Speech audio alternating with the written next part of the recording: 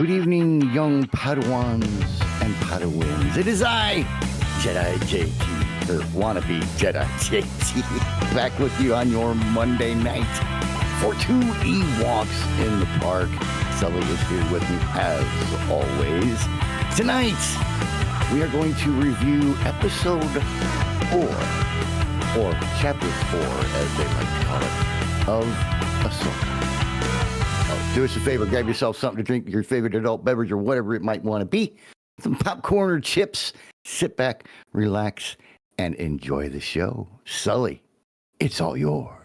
Oh, why, thank you, sir. Hello, everybody, and welcome to Two Ewoks in the Park. Like JT said, I am the geek, and he is the redneck. He's my partner in crime. It is what it is. And yes, we are going to be talking about Ahsoka Part 4. Also known as Fallen Jedi, which also means somebody's gonna die, folks. Spoiler alert. And what did you say? I said somebody's gonna die. Well, I mean, it's Star Wars. I mean, nobody's really safe when it comes to. Well, I mean, I saw that, and my first thought was, okay, who are they killing off? Someone's gonna die. Who that someone's gonna be, I don't know. I don't know. It's good stuff. Good stuff. So come on in and join us. Twitch.tv/accidental punch. That is where we are live, folks. Yes, we're live, and it's wonderful. Yes, yes. Ah, well. Clearly, one of my theories was wrong with this episode, which is perfectly fine, which is why it was a theory.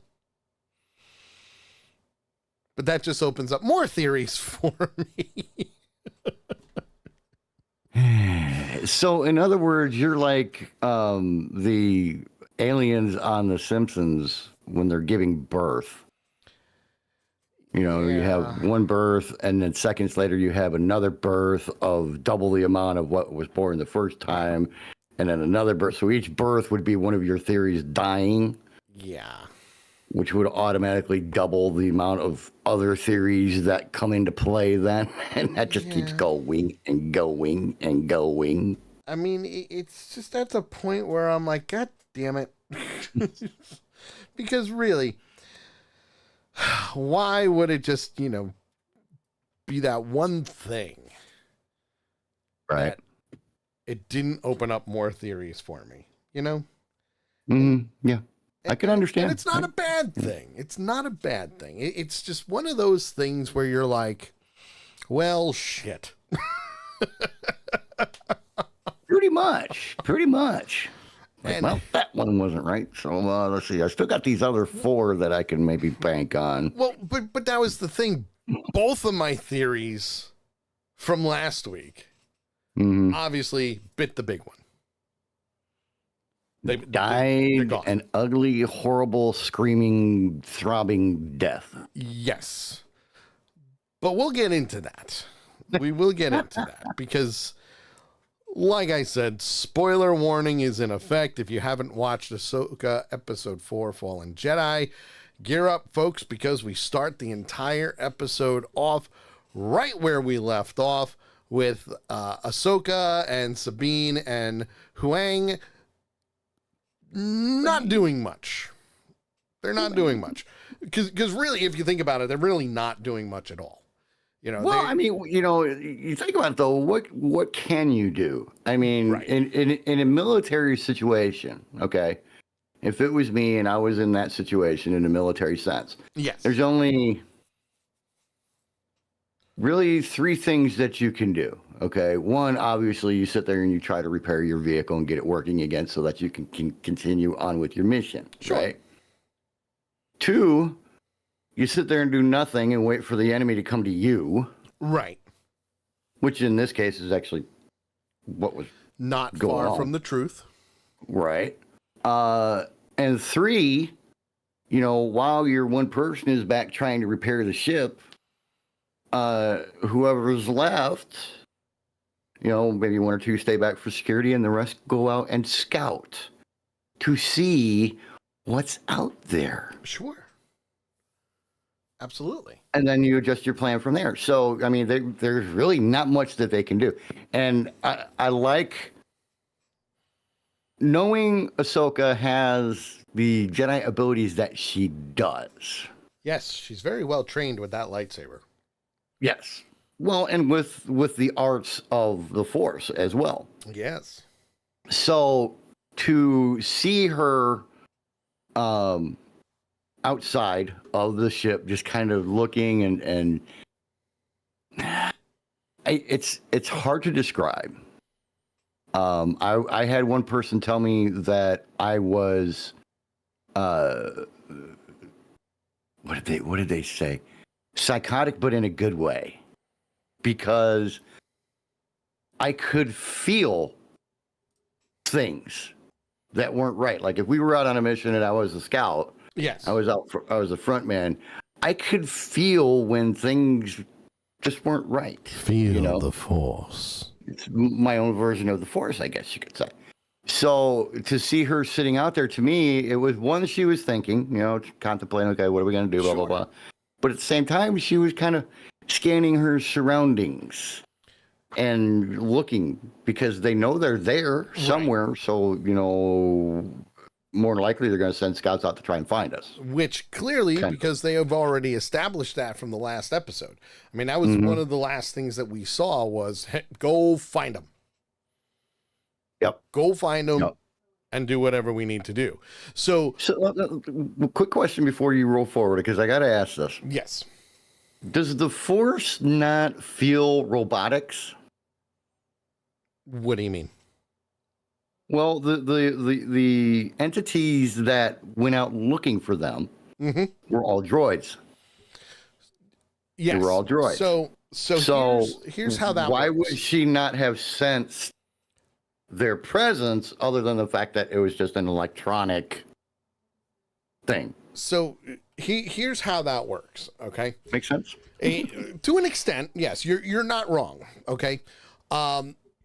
The one thing you have to remember when it comes to this is the Force is in all living things.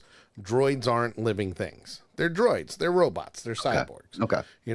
So yeah, they don't sense droids then. Right. You can't really sense the droid, but you can sense the Force around that droid. So for example, if a droid is touching a tree, you can sense that there's something out of place when it comes to it. Now, the other thing you have to remember is that Ahsoka comes from training against battle droids. Okay. So she knows what to sense, so to speak. Right. Well, then it kind of flabbergasted me that she didn't sense the one that was standing right over there. Right, because it's a droid. So. That's why. It's not a living thing. Okay. She's gone to battle against the droids. She's done numerous things with her team. Okay. But at this point in time, she doesn't sense it. And for those that don't understand, currently the three of them are trying to establish communication with Home One and General Syndulla because they cannot reach them. The ship is still broken, and they need to figure out what they need to do in order to get things working properly so they can connect them. I believe one of the things that Huang mentioned was they needed a second motivator, and that he may be able to take some wires and wire things in to get the transmitter up and running. He actually used, and it surprised me that he did it, he actually used the word cannibalize. Yes. I will see if I can cannibalize some other wire. Yes. I was like, a robot said cannibalize. Interesting. Well, you have to remember he's taking apart a ship. Right. So, yeah, he's going to cannibalize whatever he can because it's a mechanical thing. So to him... It felt weird to me that he said it that way. But it's the perfect saying for him, It really is. It did fit his character. So, obviously from there, Ahsoka goes outside sorry, not Ahsoka. Sabine goes outside and she sees Ahsoka looking into the distance. Right. Looking into the distance, because you can see when a Jedi feels something, they're on point. They're focusing. They're trying to figure out what's going on. And for the them, hairs up on the back of their neck. What? Yeah, kind of. It's that feeling, kind of like Spider-Man's spider sense. You know, I'm glad we were on the same page for that. We both went to the same spot at the exact same time. Yeah. So she brings Ahsoka up to speed on how things are still down, and we're trying to get a new power converter to get everything up and running again, so we can send a transmission that we can't get through anyway. And Ahsoka says that they're close. The enemy base is close. They have a map of this area. We're in over our heads at the moment. You know.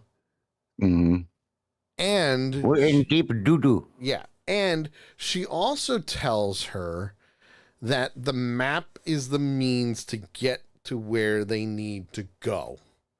Not just to find Admiral Thrawn, but Ezra too. Right. But then she also says, and I love that she said this, because the look on Sabine's face when she said it was like, do I really trust this person more? And the exact words that Ahsoka said was, if we can't make the journey to find Ezra, no one should. Yep. Full agreement. Full agreement with that. Because in reality, Admiral Thrawn will start another war. Oh, yeah. Without a doubt. And if you think about it, this is the precursor to what's going to happen in the sequel trilogy.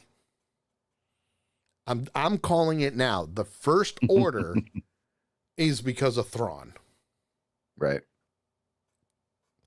And I kind of wonder because of the follow-up statement. Yeah. That Ahsoka makes. I part of me wonders if this was Ahsoka testing Sabine. Yeah. Yes, it was. In a way, because it wasn't just a general statement. That's not a statement that you just throw out there, especially not in the way that she put it out there. Yeah. But the other thing that you have to remember is Ahsoka is a former Jedi. She will flat out say she is not a Jedi. And she's not. Right. She knows she's not. But she does still use the Force. She still uses her training that Anakin gave her. But she also tells Sabine that you can't let your emotions get involved in this. Right. Which is one of the things that the Jedi teach. You have to, you're not purging all of your emotions, but you can't let them get in the way of your thinking and the way you feel about certain things. Because in this case, Thrawn will start another war. He is the heir to the Empire, which means he is more deadly than Palpatine ever was. Hands down. Okay. Well, and obviously she didn't like the reaction and the statement from Sabine as Sabine turned around to walk back into the ship. Yes. Because Ahsoka's like, Sabine, I need to know if I can trust you. Yeah, absolutely. I need to know you're going to be there when I need you. Yep. And the nonchalant way that she said it gave me a bad feeling. Yes. And I got a bad feeling about this. Yeah, I got a bad feeling about it, and I instantly developed a theory as well. And maybe I should stop making theories. So that's all I'm going to say about that. Just so you know, okay, I have a bad feeling about this. Is in just about every Star Wars film. It's the running gag, okay? Yes. Yeah. The only one it was not mentioned in was The Last Jedi. I got a bad feeling about this. Otherwise, it's been in the video games, it's been in the films, the TV shows. It's a running gag. It's like their good luck charm. Okay, that's basically what it is. It's their good luck charm. Well, the sad thing is, and this is later, but they pull a child into the running gag. That leave the kids out of it, man. Yeah, well, we'll go from there. So, as Sabine leaves Ahsoka, she goes back into the ship to get it up and running. Huang comes out and says, "Everything okay? Is everything all right? No. You good? You good?" But Ahsoka flat out says, "Be careful out here.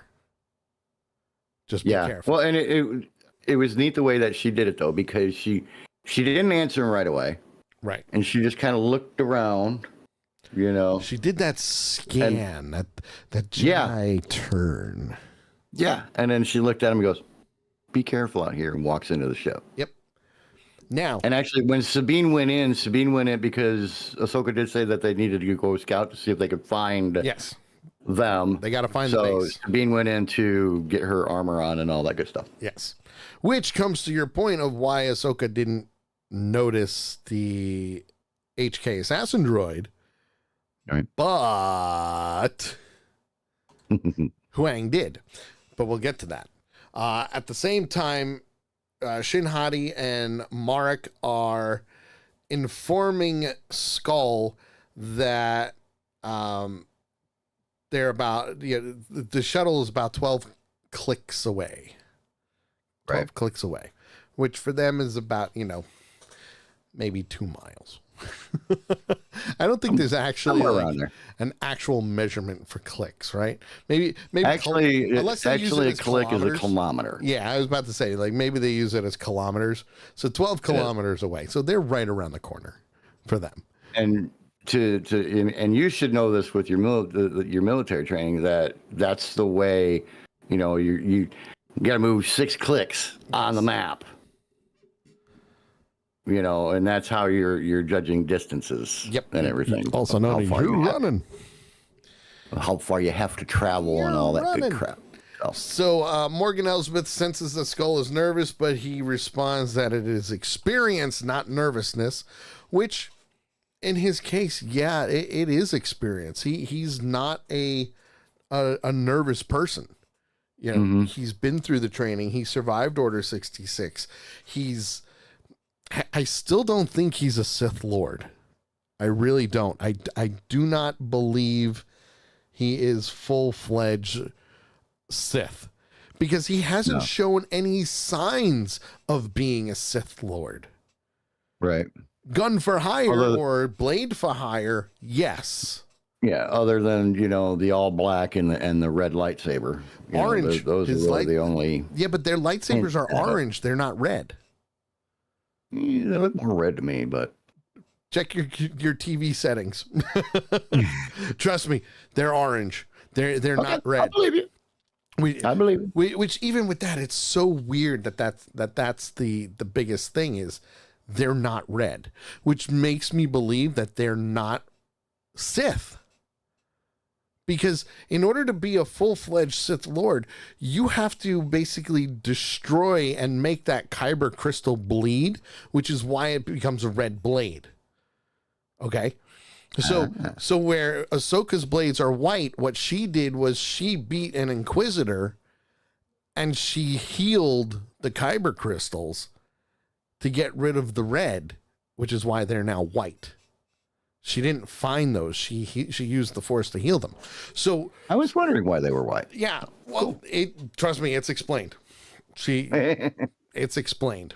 You got to watch some of those episodes that I told you, when you get a chance, just watch them, because it's amazing seeing what they did with her to now, So now we're back to the T6 and Ren's putting on her Mandalorian armor.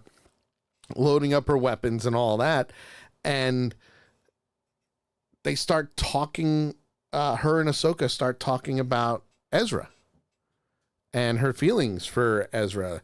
And she said, you know, sometimes you have to put your feelings aside in order to do what is right.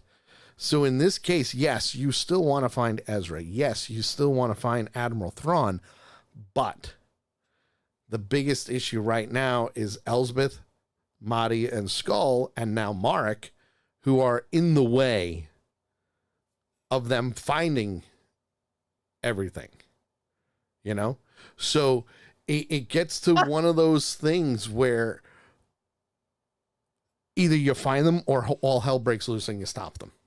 Right. You know? One sec. I want to stop here. I want to say hi to Laser Man, also known as our good friend Ian from up in Canada, who discovered us when we did the preview show for Ahsoka. And he works for Coke. And they were in Canada, they were on strike. Well, the strike is finally over, so Ian can finally watch the show live. I told him, you know, you can watch the shows, you know, you can review the shows after we're done with them. I don't know if he has or not, but Ian, great to see you, buddy. Yeah. What's up, dude? And want to say hi to Carol as well. Good to see you, my dear. Yeah, she came in late. 22 minutes late, to be exact. She got lost in her knitting. That's all. It's all good. It's all good. So, from there, while she was talking to Sabine about everything, outside of the ship, Huang's fixing things and gets attacked by the assassin droid. And he's calling for help. He's calling, help. Yeah. Obviously, nothing's working, so he kills the lights in the ship, and that gets Ahsoka and Sabine ready to go out the door. You see, did he kill them? Yes. Or was it from one of the strikes from the droid that he was fighting? No, well, he moved, but if you notice, not only did he moved the droid's hand up, so it hit a certain spot, so it would kill the lights. Huang knows what he's doing. Of course, at the same time, Huang's also probably going, crap. Well, he's yelling, help, help. I found it funny that when the robot put his hand over the robot's mouth, it actually muffled it. Yeah. Even though there was really nothing there to stop the sound to continue from going. Right. A droid's a droid. But so at the same time, Ahsoka starts using her powers to start taking out the other forces that are attacking them, and they defeat a lot. I think there was 5 or 6. I'm not sure how many there were. I'm not positive because it never really showed. Yeah, but I tried to get a count. I want to say it was like 5 or 6. Yep. But after they get rid of all the intruders, Sabine and Ahsoka are finishing off whoever's left. And that's when they say, okay, we got to go and find these guys because they know where we are, so we need to bring the fight to them. And at the same time, Huang says, this is going to set me back a little bit. Latin, can I make one request of you two? Be safe. Like, well, what's that? Stay together. Stay together. Be safe. Don't mess up. You're better together. Which is true. They are better together. Laserman says, wasn't just droids. There were humanoids as well attacking him. Yes, we know. Because JT actually went on a side tangent of how Ahsoka didn't sense the droids.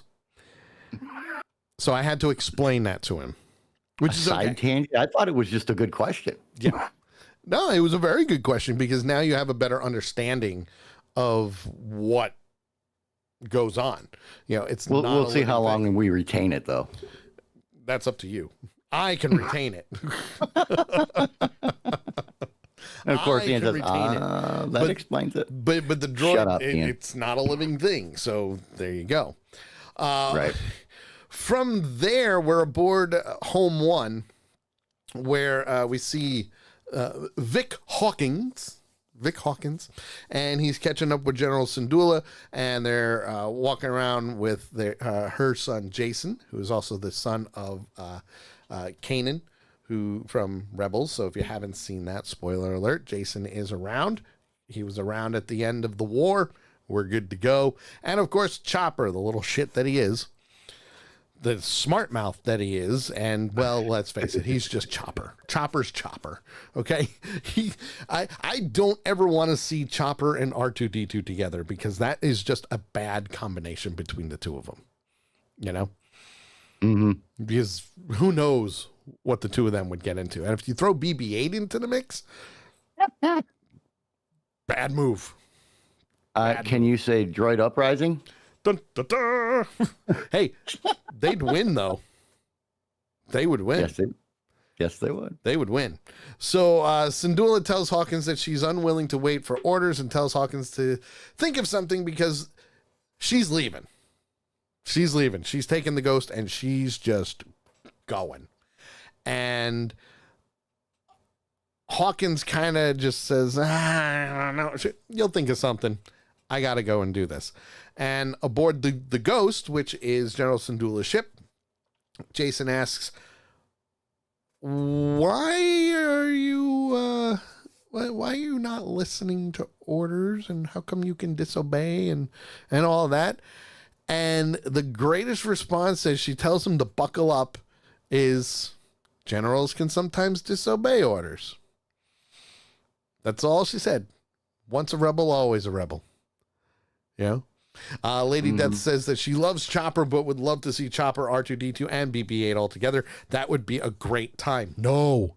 Talk about a robot party. Listen, there was a cartoon in the 80s called Droids that centered around C-3PO and R2D2. Yeah. Worse than that. I mean, I think it'd be a hell of a party. I mean, from what I hear, robot party don't stop. I don't know if I'd want to. I want to say hi to our good friend from across the pond. What up? Mr. Captain Country himself, also known as Neil. He says, is JT droid or humanoid? The mind boggles. A flying visit as it is, way past my bedtime. Good morning, friend. Oh, you still got time. The good thing is this is not a 2-hour show. So hello, right. Neil. Nice of you to drop by via YouTube. The other thing is, as General Syndulla and Jason are leaving on the Ghost with Chopper, we also see some X-Wings come up, and we see Captain Teva, who we've seen not just in Ahsoka, but in Mandalorian, as well as... He's a major character in Mandalorian. Very major character. We see Lieutenant Basie, Mowat, and Jensu and Lander. So they're all one team, which is great. They're the Phoenix team. Which brings me to my upset moment. Where's Zeb? I'm a little upset that they didn't have Zeb. Now, mind you, we did see Zeb in Mandalorian, season 3. We did see him.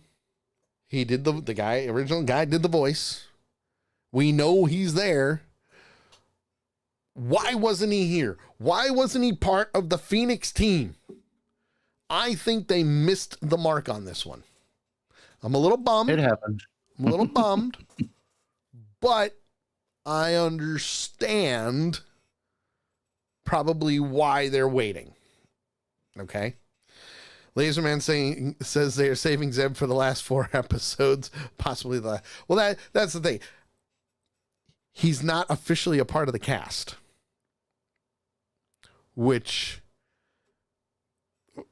we've seen some people pop up that are not officially part of the cast, which is a possibility. So from there, they're all going and they're going to help General Syndulla because, you know, they're just doing their due diligence. They're exploring. They're exploring. They're once a rebel, always a rebel, and they jump into hyperspace. And you actually use that word or that phrase. Once a rebel, always a rebel? Yes. She does. General Syndulla absolutely does. Once a rebel, always a rebel. I love what her son said.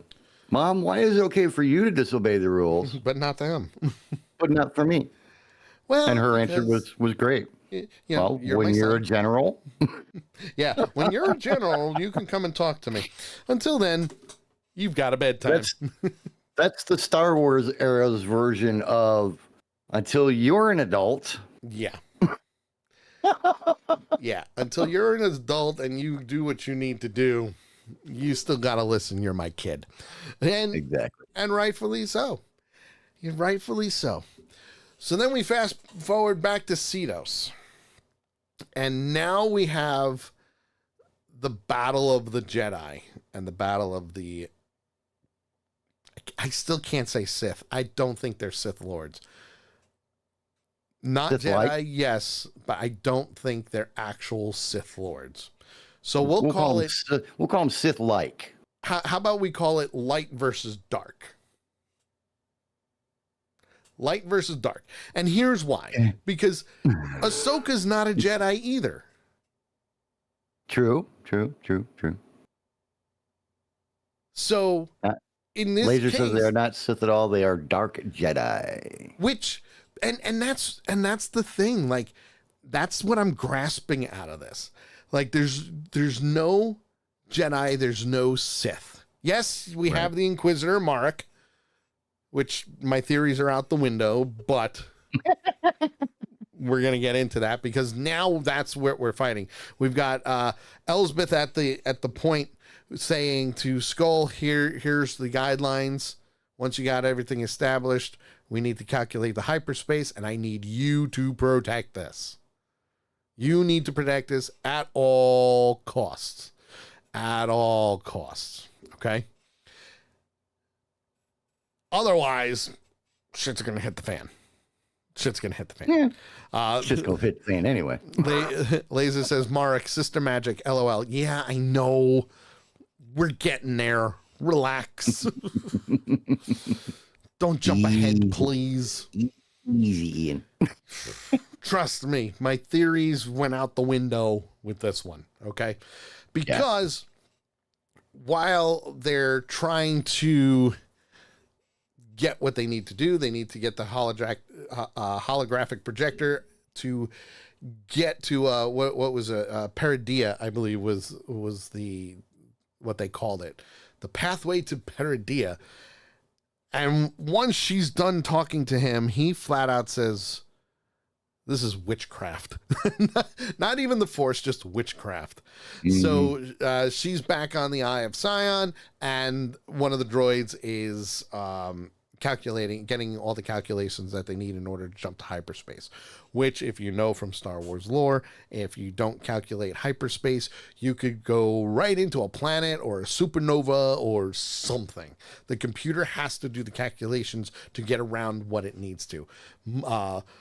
Asteroid fields, stuff like that. Okay. Hey, you could probably fly into a freaking comet. Anything's possible. Or a whale. Or a whale. Or a space whale. Space whale. Or a space whale. So at this time, Ren and Ahsoka are now fighting Haiti and Marek inside the forest. And Ren is shooting at Haiti with her twin blasters. But, and this is where things are weird, they're actually saying that Haiti is an acolyte. Which makes sense because there is going to be the show Star Wars Acolytes, which is why I'm still saying they're not Sith. They're just surviving the galaxy. Blades for hire. I still like that her blade is orange, just like Skull's blade is orange. She still hasn't freaking blinked. She really hasn't, has she? No, like, she hasn't. You went back and looked, didn't you? You freaking went back and looked. I did. I rewound it just to make sure. She freaks me out. It's pretty cool. even with during sword play. Yeah. And they're hitting right in front of her face and sparks are flying everywhere. She still doesn't blink. She really doesn't. I don't care who you are. You could have safety goggles on 3 inches thick and dark as heck so you can barely see, but them sparks would still make you blink. It's crazy. to be honest. And she freaked. I'm telling you, I said it last week, and I'll say it again. She freaks me out. Really? She does. Really? Anytime she's in the scene, I'm not watching the scene. I'm watching her freaking eyes. So they're going, blink, damn it, blink. Laserman says the Acolyte show will never be seen, FYI. It is dead in the water, canceled. You know, they finished filming back in 2020 in June of this year, and it's scheduled for 2024 release, right? Just saying. But that's a whole nother story. See, this is going to be fun because we're going to have the Star Wars geek against the Star Wars geek here. Yeah, trust me. You're going to be butting heads. I hear everything. I see everything. I am up with the times. Because why not? Why not? It's good stuff. It's good stuff. Right. But yes, they officially wrapped on June 6th of this year. So anything is possible. I personally think we will see it because it's Star Wars. And we're going to need something in between. Yeah. We're going to need something in between. But story for another day because we are still on Ahsoka episode 4. So, Marek and Ahsoka are now battling each other. Yay. Which is great. Because why not put the most experienced person up against, I don't know, an Inquisitor to begin with. I still like the design of the Inquisitor.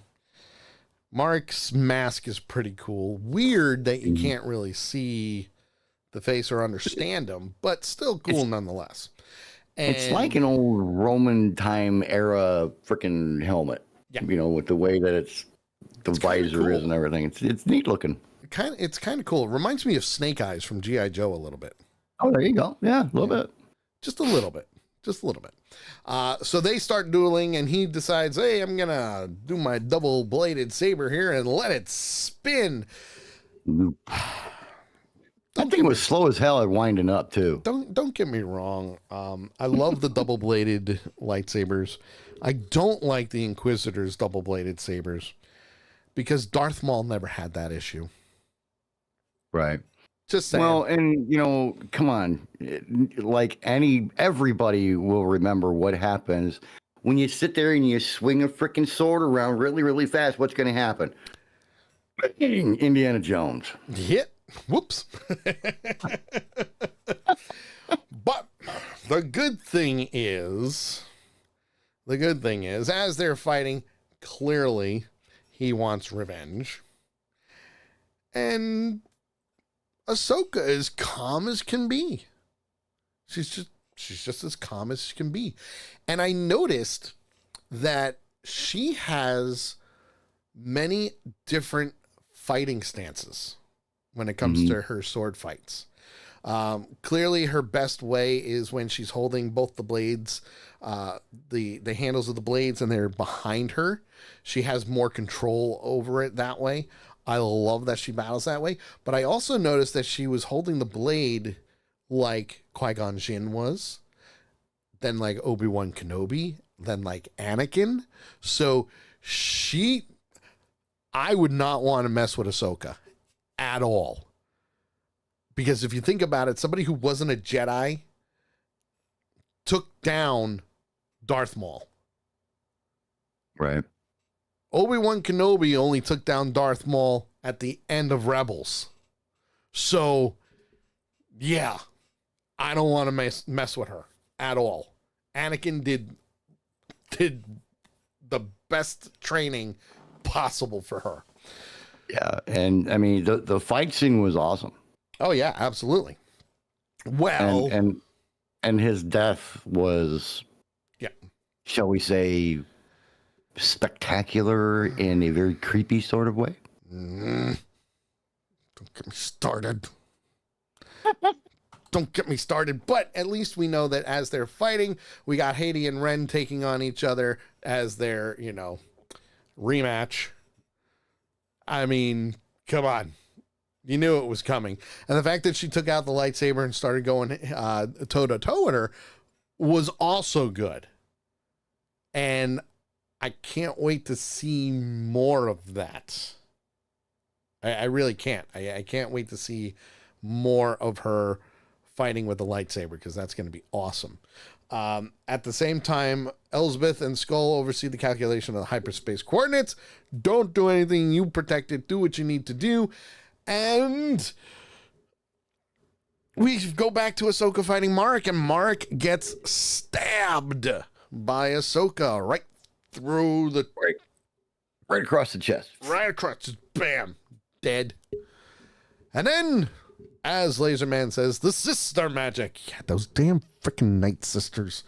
This is what I mean by my theories being completely crushed and ruined. Thank you, Dave Filoni, for not copping out. But at the same time, I'm very upset that you freaking threw me for a loop.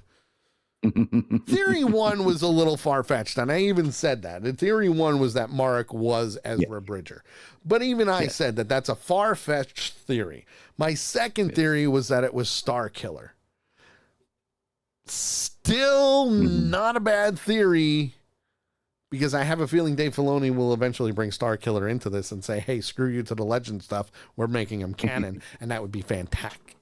Right. You know, Nakia says, hey, don't knock the witches. I will knock the Night Sisters because they are pain in the ass.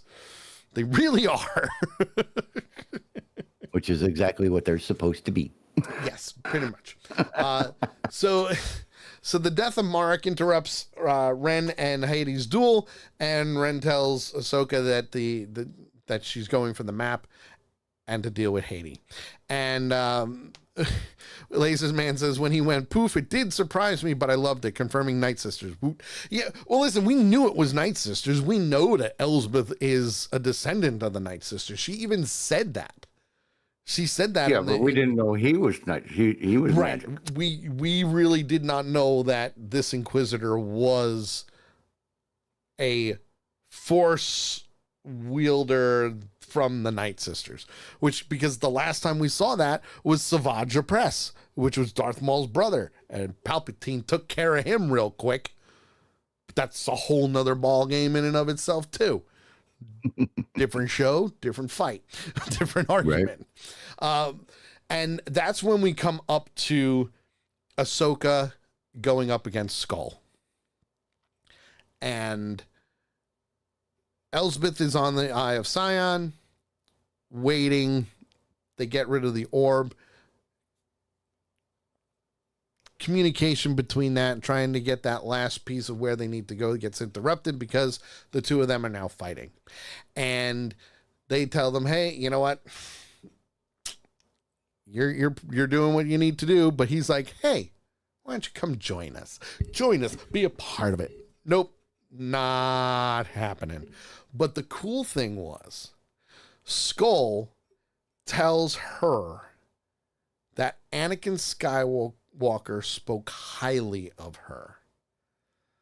But Ahsoka, one of the lines in the trailer took them 4 episodes to get to. Four episodes it was still to a get good to. line. And Ahsoka said, well, that's funny. Never mentioned anything about you. And I'm like, ooh. But his rebuttal was great. His rebuttal was, everyone in the Jedi Order knew who Anakin Skywalker was. But few lived to see what he became. Yes. And it was a creepy line, man. Yeah. And that's when she goes, she asks if Skywalker's fall to the dark side was the motivation for her to leave the Jedi Order. It was actually, is that why she left him and abandoned him? Yes. And we know that's not the case. We know that in Clone Wars, she was tried for murder. She cleared her name and left the Jedi Order because of it. And it want to say hi to Will, just jumped into What the up, chat Will? room. He's late too. What the hell? I start at 8 p.m. people. Hey, late is better than never. Better late than never, that's what I say, folks. But the greatest response was from Ahsoka was, I do not need to talk about my past to you. Yeah. Removes It's basically kind of like, I don't need to explain anything to you. Yeah. I don't need to explain my past. Let's do this thing. And we see the two of them fight. But it was an interesting type of fight. It wasn't just a fight with sabers. It was that intellectual fight. You know? It was that, hey, you know, not like the chatty duelists from The Princess Bride, but it was similar to that of this is what psychological wordplay. Yeah, the going back and forth was the best thing for this scene because it not only gave them a chance to talk, but defend themselves as well. And they basically, I mean, he even admits this is inevitable. It's going to happen no matter what. Do I want to do that? No. He even said that. Like, he doesn't want to, but it's going to happen. It's going to happen. So the two circle around the holographic display and they start to fight. They start to do what they need to do. And as they're doing this, I don't know. Would you call this like a 3-round system that they did? the war of words, the war of blades, like. I mean, it was the first 2 rounds, I guess you could call it, were definitely them feeling each other out. Yeah. You know, because I mean, when you go into battle with an unknown opponent, be it hand to hand or with knives or swords or lightsabers or whatever it is, you got to kind of test them a little bit, see what they do know, see what they don't know, see what they can do, see what they can't do, and that kind of thing. And then you formulate your plan of how you're going to attack to win. Right. So that's kind of what it was to me. The first round was Ahsoka testing him. Second round was him testing Ahsoka. And then it was the straight up head-to-head fight. Yeah. Laserman says he used his blade like a light claymore, not as. Yeah, did you notice that? In the third round. He really didn't use it as just a regular saber or sword. He was like full force, like swinging. For those that don't know, a claymore is a sword from back in the old times. It was a huge sword, and it was meant for nothing but power. Yeah. Simply meant to overwhelm you, to destroy your shield, to destroy your armor, and to eventually cut you from here to here and not leave a mark because you're just going to slide apart. Yeah. All that weapon was a straight up power weapon. And I think the reason that he did that, Ian, is because he realized he could not beat her hand to hand. You know what? I think you're right. Overpower her. I think you're right. I think you are absolutely right that's one of the reasons that he did that was because, and I have a feeling this has to do with his age, because yes, he looks old. Is he old? Maybe. He did survive Order 66, but so did Ahsoka. But we don't know. I think he's old, but I don't think he's as old as he shows. Right. Like me. You know, I mean, you know, what you go through in life can cause this crap. Yes.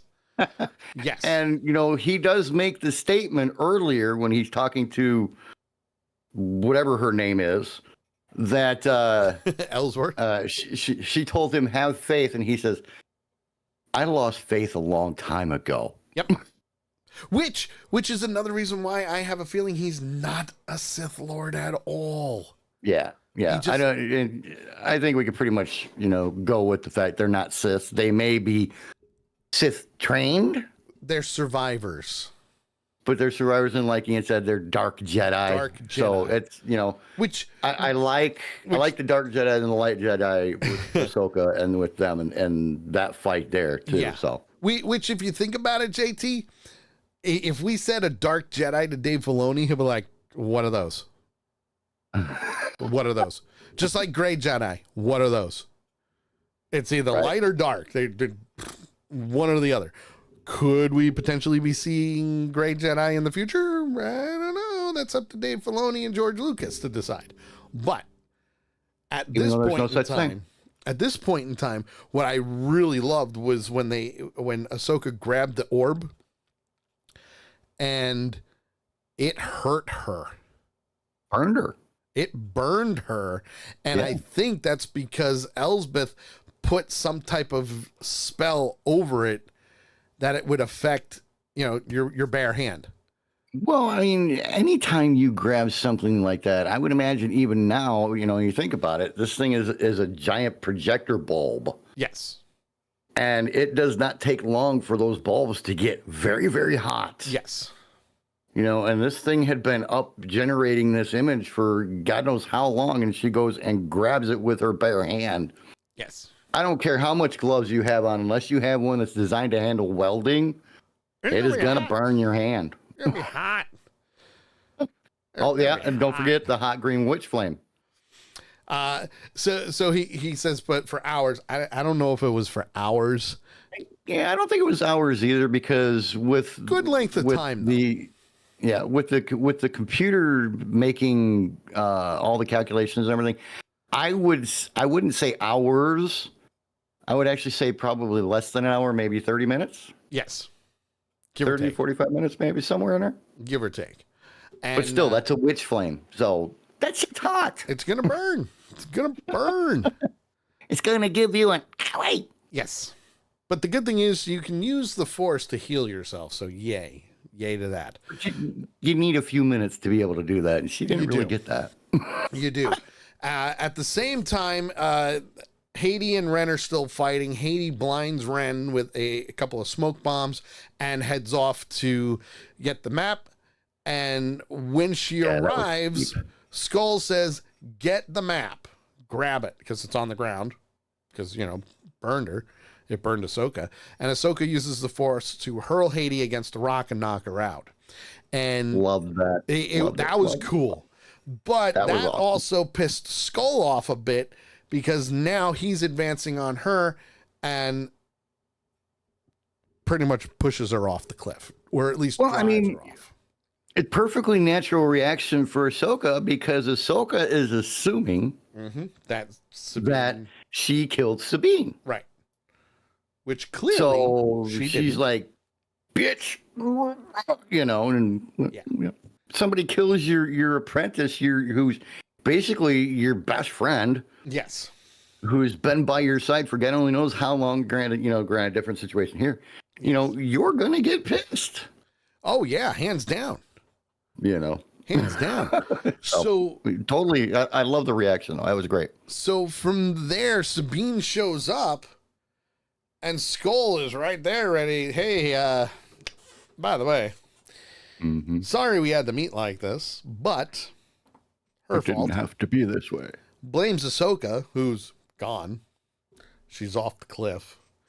Right. And now, she's not gone yet. She's not gone yet. Right. She's basically hanging on. Yeah, she was knocked over the cliff. We don't know what happened to her. Well, no, she's still there, because she tells Sabine to destroy the orb. Correct. A little bit ahead of you. Yeah, just a little bit. Now, real quick, just off the thing here. Tell me he does not talk like Sean Connery too. Not really. I mean, to me, he screams Sean Connery. He doesn't have as deep and the heavy accent that Sean Connery does, but everything about him screams Star Wars version of Sean Connery to me. Well, I mean, you gotta. Okay, so you gotta remember that. No, I'm just saying. To me, it's a neat observation. So if you hear me refer to the Sean Connery character, you know who it is. Sean Connery. Welcome to the Rock. Exactly. Bond. You're getting off my rock. James Bond. And there she goes. 007. I made that observation in the very first episode. So, martini, shaken, not stirred. Yeah, I prefer mine stirred, not shaken. I do that really well. I gotta practice some more. Get your better mix. I gotta practice some more Sean Connery. Anyway, it'll be great. It'll be great. But Laserman says he does right out of the Highlander. Thank you. Hey. Sorry. Talk about a tangent. There you go.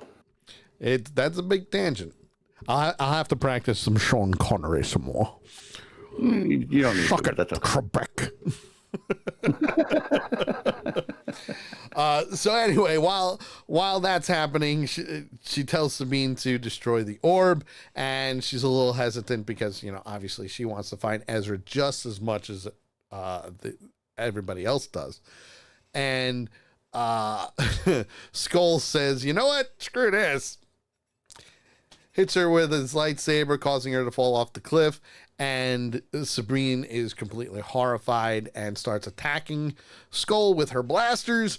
But he does what a Jedi would do and deflects the blasts and does whatever. And as she's holding the map, she puts her blaster to it and says, "Come on." But Skull, and this is the thing, most Sith Lords would automatically kill. Yeah, that's all they're about. And Haiti, she's at the point where she's knocked out, but Skull says, "Listen, here's the deal.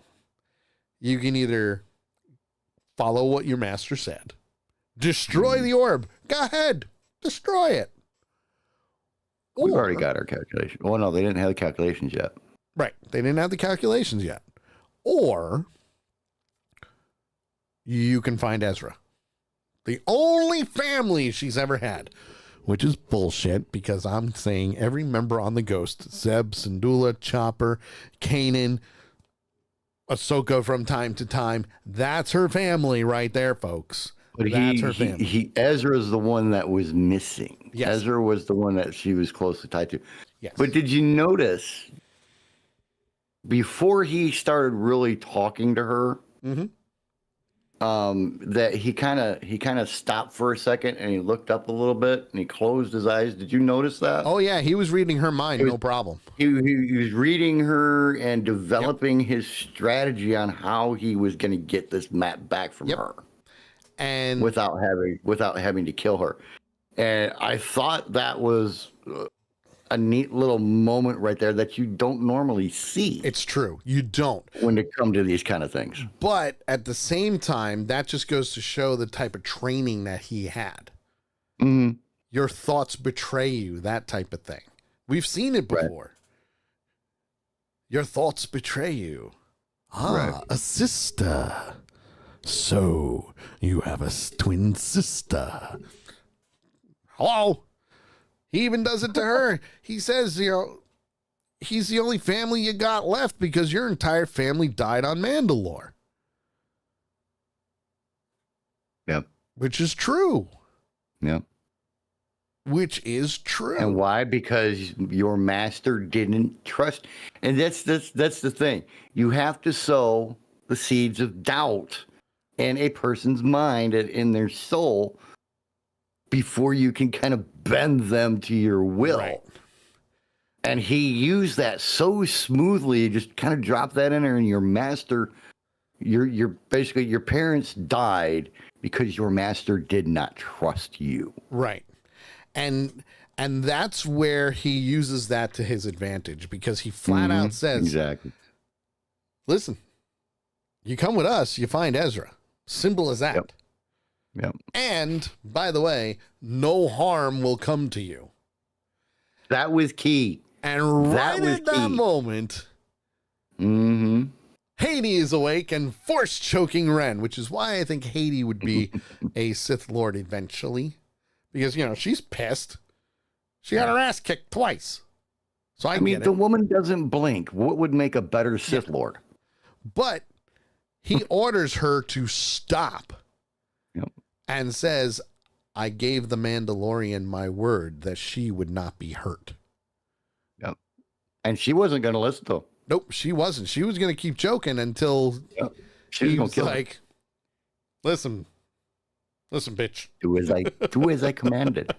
Do as I say. I am your master. You are my apprentice or Padawan in this case. And that's where the difference between these two are. Mm-hmm. Yes. As Will. Blades for hire. As Will put it, that was epic. It was. It was very epic. So from there, we see he puts the mechanism back in. They get the last projection for the hyperspace calculations, and they say, come aboard. Let's go.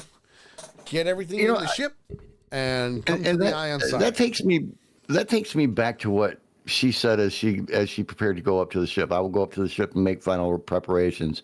You stay here and protect the orb until I send for you. Yep. Which she knows she needs them. Right. But I mean, you wouldn't think that you would treat somebody that you need as much as she needs him or them. The way that she's treated, she talks down to him every time she talks to him. Oh, hands down. She degrades him every time. Well, is that fear I sense? Yeah. Have no fear. He says, no, experience. Things like that. I don't like her character flat out because she's just pure evil. Oh, yeah. But I don't like the way that she treats them either, know? So the other thing is, when it comes to this, now we have the Eye of Sion. They've got the coordinates to where they need to go to, which is Peridia, and they send the shuttle down for Balin, but she keeps referring to him as Lord Balin. I'm like, I just don't think he is flat out a Sith Lord. I don't believe it. We've established that he's not. But she keeps calling him that. Well, that's her choice. And that's why things are a little different, because like I said, any other time a Sith Lord would have killed Sabine right then and there. Mm-hmm. Haiti would have killed Sabine if he didn't intervene. So you can already tell he's got that Jedi background of, hey, this stuff is the way it works. Okay. So from there, they're about to go into hyperspace. Balin and everybody are heading up to the Ion Scion, and General Syndulla shows up. And Huang contacts her and says, hey, by the way, shit's going to hit the fan real quick. Here's what's going on. He was working on the radios when she initially made contact with him, and he's like, hey, we're here, help. Somebody send help. Right. And Huang even says that Ahsoka and Sabine are in pursuit trying to stop the enemy. And that's when they confirm the location of the Eye of Sion. And they go, okay, we need to cut this off. We need to stop this from happening. We need to make sure that they do not leave the system. And as that's happening, they start firing upon the X-Wings, which is bad to begin with. They never fired it. They never fired. Oh, they fired up. Gotcha. Yes. Never mind. Retract my statement. Yep. So as they're all converging, obviously they're trying to track the trajectory. They're doing whatever they need to. They need to make sure that everything is good to go. Eye of Sion is doing what they're saying. They're all ready to go. We see Sabine on the bridge. And we also see that the X-Wings are locking their S-foils into attack position, which is in just about every scene when an X-Wing lock his foils in attack position. We're all going to take out what we need to. And they start going after the enemy starfighter ships because, well, let's face it, they need to protect the Eye of Sion, and they're doing whatever they need to do. The navigator droid then says, oh, by the way, there's some ships in our way. And Ren... Well, that was their plan. They were going to go across their axis to try and prevent them from jumping. Right. But Sabine notices that it's Hera. And Elsbeth says, ignore them, engage the hyperdrive. And this was a cool scene because, you know, we've seen things happen when hyperdrive is activated. Even in the was it The Last Jedi? They used hyperdrive to take out Snoke's ship. Mm-hmm. You know, just boom. So we've seen stuff like that before. Obviously, we see the chaos with it now because when they go into hyperspace, it sends out a shockwave and just sends the X-wing, a couple of X-wings into each other. They're taking evasive action. They're doing what they need to do. Mowat gets knocked into basey, and that whole boom, all three of them die.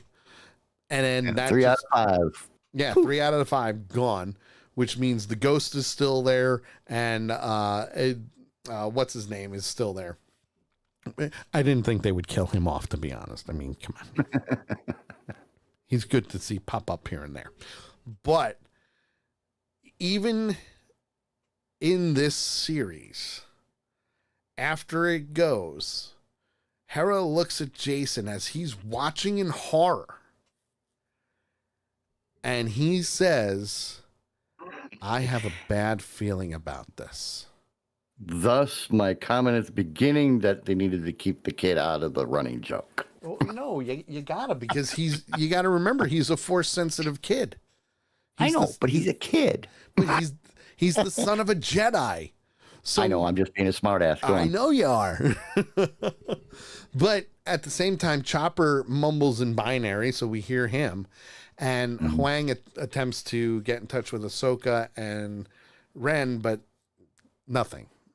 And then we see a shot of the reflex point and the sea, and then it goes to black. Yep. Until we see Ahsoka wake up in the world between worlds.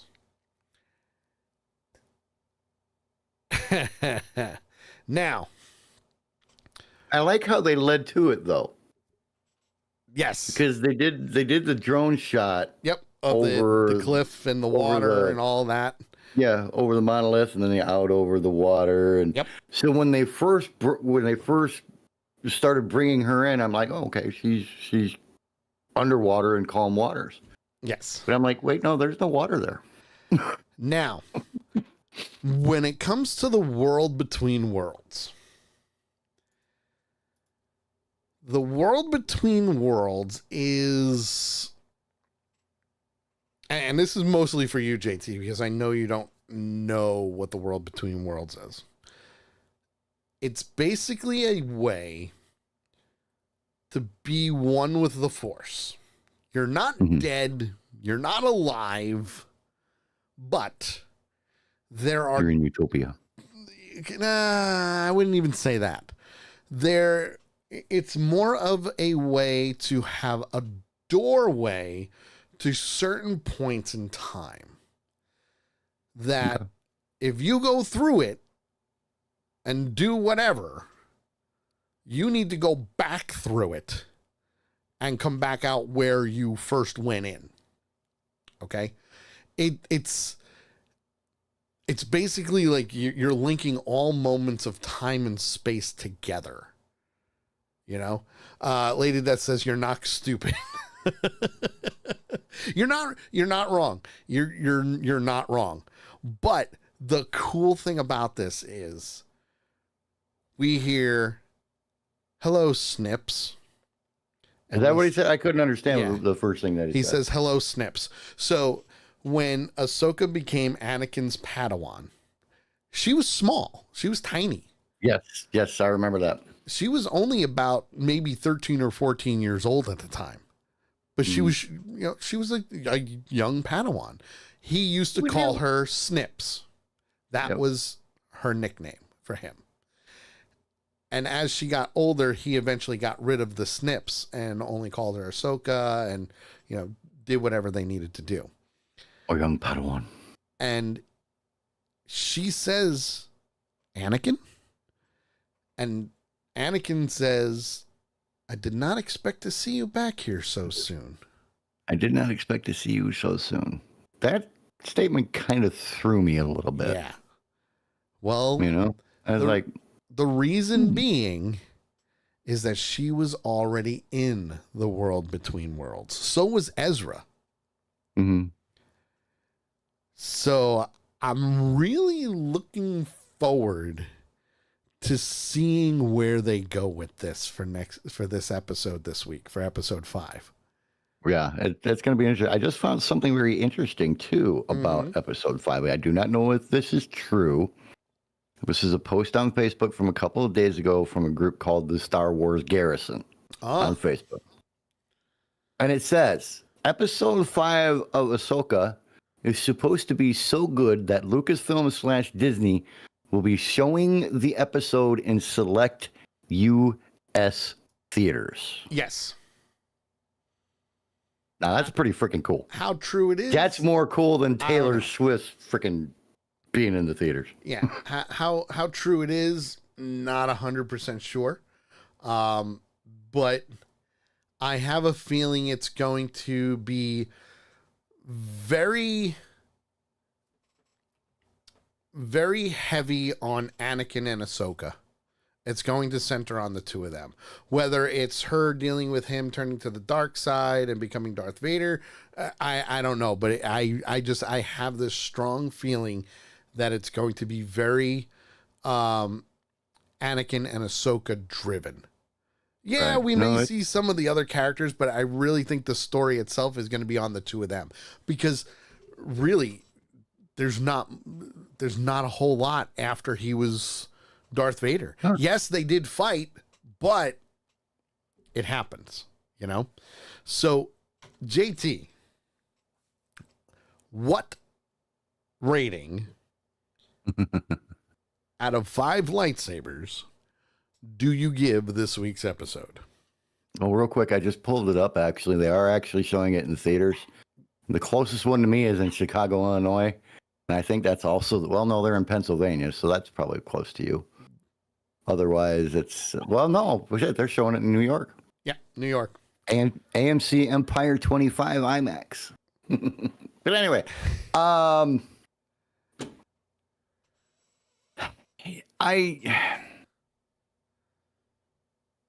still debating on where I want to rate this. Overall, the episode was great. I Laserman gives it 10 out of 5. I'm torn on where to rate this. And as you know, when I do this, I really try to step back and do the redneck outsider thing with this. Mm-hmm. Great timing in the episode, great fight scenes. I thought Ahsoka and Skull's fight scene was, there were some weak spots in it. There were some weak spots in that fight scene, especially at the beginning. Okay. But what throws me, and not because I don't know what it is, but what threw me was the ending. The ending really threw me. I can't really explain why. But overall, because of the fact, without the ending, I probably would give the episode a 4.5. Okay. Without the ending, I would probably give it a 4.5. All right.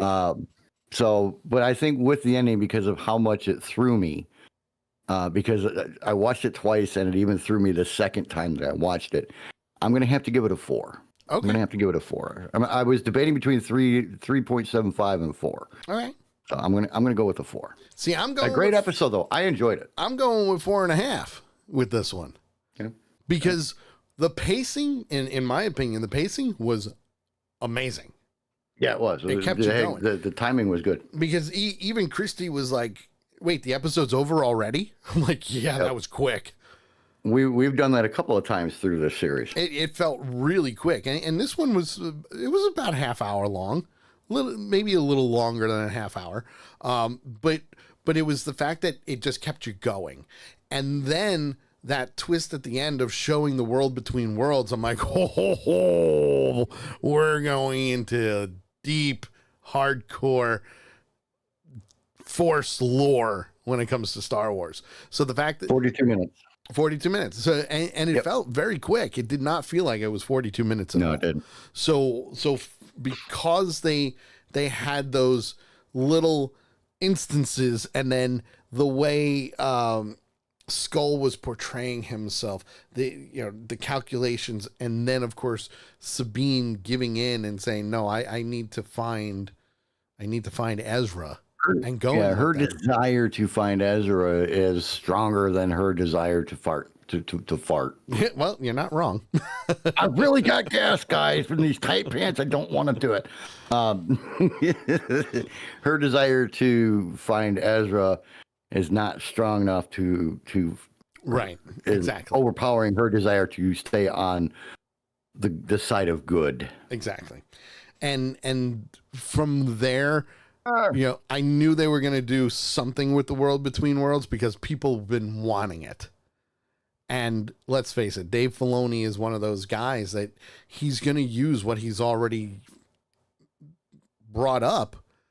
And let's face it, you wanted it too. Well, yeah, I'm pretty sure I called it in the pre-episode that we did. I think so. I think you did.